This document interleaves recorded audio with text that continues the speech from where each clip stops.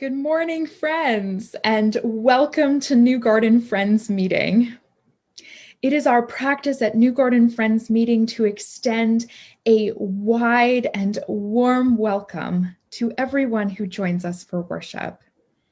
You are welcome here among friends, just exactly as you are. You are welcome here no matter your age or race, no matter your sexual orientation or your gender identity. You are welcome here no matter your politics, no matter what was the first language that you spoke or your immigration status, you are welcome here among friends. Whether you are a lifelong Quaker or whether you are just stumbling upon our worship service on the internet this morning, you are welcome here at New Garden Friends Meeting. You are very welcome among friends.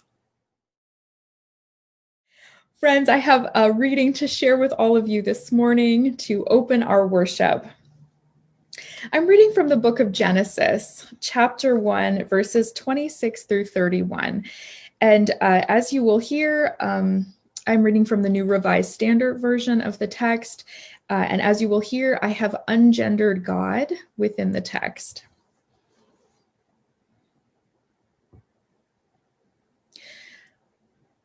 Then God said, "Let us make humankind in our image, according to our likeness, and let them have dominion over the fish of the sea and over the birds of the air, over the cattle and over all of the wild animals of this earth, over every creeping thing that creeps upon the earth." And so God created humankind in their image. In the image of God, they created them. Male and female, they created them. And God blessed them and said to them, "Be fruitful and multiply. Fill the earth and subdue it. Have dominion over the fish of the sea and over the birds of the air and over every living thing that moves upon the earth." And God said, "See, I have given you every plant yielding seed that is upon the face of all the earth, and every tree with seed in its fruit, and you shall have them for food. And to every beast of the earth, and to every bird of the air, and to everything that creeps upon the earth, everything that has the breath of life, I have given every green plant for their food." And it was so. And God saw everything that God had made, and indeed, it was very good. And there was evening and there was morning, the sixth day. The passage that I shared with all of you from Genesis is one that is typically used to describe humanity's relationship with and within the natural world. A traditional reading of this scripture passage might lead you to think that the natural world is simply there as a resource for humankind to use or use up as we see fit. But a more nuanced examination of this passage has a more helpful understanding for us, one that reminds us of how profoundly we are connected to nature and how we are encouraged to care for creation. It is a passage that highlights our responsibility to caring for the natural world, for this planet that we occupy. I am not a scholar of Hebrew scripture, and my knowledge of Hebrew is not strong enough to do my own translation of this passage. But as I was sitting with it and laboring with it to prepare my message for this morning, I did so with an open heart and with a critical eye toward what this passage might be teaching us in this moment here at New Garden Friends Meeting. Within this passage, we hear about the creation of humankind.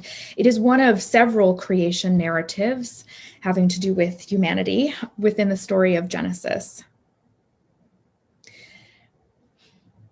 We hear that we are created and called good by the divine. And within this creation story, we can see that humankind is part of a network of creation, one step within the creation of all of this planet and this earth. We are separated from the plants and the animals, perhaps only by our relationship with the natural world. When I read this text, I see the way that the divine tells humankind that they will subdue the earth, and the way that the goodness of that earth will benefit us. I think it is clear that humankind has a unique relationship with creation. If you look at a city with all of its incredible structures that were created by humankind, you can see that this is true. But still, we are part of the natural world and not separate from it. We are animals too, and we all need air to breathe, just as the plants and the animals around us need air and dirt and a healthy ecosystem in order to survive. The same is true for us. No matter how high we build our skyscrapers, and no matter how advanced our technology becomes, and no matter how smart our devices are, we still need clean air to breathe and clean water to drink. We also need animals and plants around us. I think with the way that humanity can control and shape the world, and how we can obviously devastate the world, it is clear that we have a role to protect it. I see in this scripture passage a suggestion that the divine gifts humanity with protection of creation.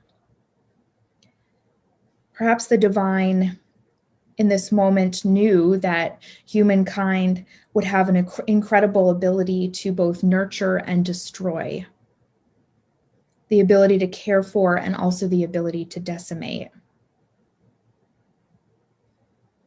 If creation is under our control in that way, then it is also our responsibility. I think about it this way. If we have the power to clear cut a forest and to cause countless species to go extinct, then surely we also have the power to heal and protect our environment. I think this passage also leads us forward as we think about our relationship with creation. Forward with the spiritual knowledge that we are created as part of the natural world, but also that the divine can be sought and sometimes found most profoundly within creation. It's interesting, at New Garden Friends meeting, the longer I'm here, the more I learn the culture and the fabric of our community life here at New Garden. And one of the things that I've heard countless times from many, many different new gardeners is how profoundly they connect with the divine, with love, with goodness, within natural spaces. That's part of our culture here as a meeting, that we are people who connect profoundly through the woods and the grass and the trees and the sky and the air, the mountains and the rivers and the ocean. And we are so fortunate here in Greensboro to be able to drive 4 hours and go to the mountains, or 4 hours and go to the beach. And I hear again and again from members of our community how much they value biking and hiking and taking walks and bird watching and gardening and walking outside on our beautiful property here at our meeting house. I think of the places where I feel most profoundly connected to the divine. And many of those places are out in nature, like many of you. In the woods or in the park, or sitting on a blanket underneath the stars, looking out over the ocean, watching the sunset, watching birds eat from bird feeders. Bird feeders are great, especially this time of year, when it's so hard sometimes to connect with the natural world, when it's cold and rainy and dark. We can sit inside and still watch the birds. Those places, I think, those natural places, those are places where our souls can feel at rest in a way that can be hard to find in other places. And those places of rest, I think, also gift us with the opportunity to connect with the divine. When we are centered within ourselves, when we are resting within our own bodies and within our breath and our own heartbeat, it is in those moments that we can most easily hear the voice of the divine. That is true in the silence that we hold together during meeting for worship, and it is also true when we are out in the woods or when we have our feet in the ocean. I think about when I was a child, those moments when I would lay in the grass and look at the sky or roll down hills, which was one of my favorite things. I think I'm lucky that my brain didn't get like permanently scrambled from it. Or when I would swim in the clear lakes in upstate New York, always frigid, even in the middle of the summer. Those moments as a child were moments that were deeply spiritual for me. They were the first times that I felt connected to God as a child. And I think I take that into adulthood. I remember the first time I went to a beach here in North Carolina. The beaches here are so different from the ones that I grew up in, which were rocky beaches. And here there is sand. And I remember the first time that I walked out on the sand and I saw the ocean here in North Carolina, and it felt like being home. And the same is true for the mountains here in this beautiful state that we live in. It is easy to feel both small and also empowered when you are in the mountains. It is as if our troubles of our life seem more manageable when we are surrounded by the rocks and the air and the trees, when the world is really tiny beneath us. I think it is this intrinsic knowing of nature. It is that same place within us where we carry our light within. That place that connects us to the natural world is the same place that connects us to the divine. It is a place that we know our own wildness, that we know that we belong among the rocks and the trees and the grass, that we belong by the ocean and in the sand. Friends, as we celebrate this morning our solar panels, how we are helping care for our environment as a community in this beautiful way, and helping our neighbors. My invitation to you is to spend time in the weeks to come, connecting with the divine in the natural world, honoring and celebrating our solar panels by going out into nature and remembering how important it is for us to care for the environment, and also how important it is to care for our hearts in natural spaces. Maybe you can plan to take a daily walk or to take a hike this week, or maybe to have time to watch your bird feeders, or maybe bike if the weather isn't too cold and slippery, or to tend your house plants, or simply to sit by a window and feel the sun on your face. Maybe you can take time in your yard or on your porch. Whatever that looks like for you, my invitation to you is to take time to reconnect with the natural world, and as you do so, to center within yourself, within your own goodness, within that place of light within you. And as you listen this week to the trees and the wind, the air, the sun, may you also hear that still small voice of the divine who is so intrinsically connected to our natural world and also to us.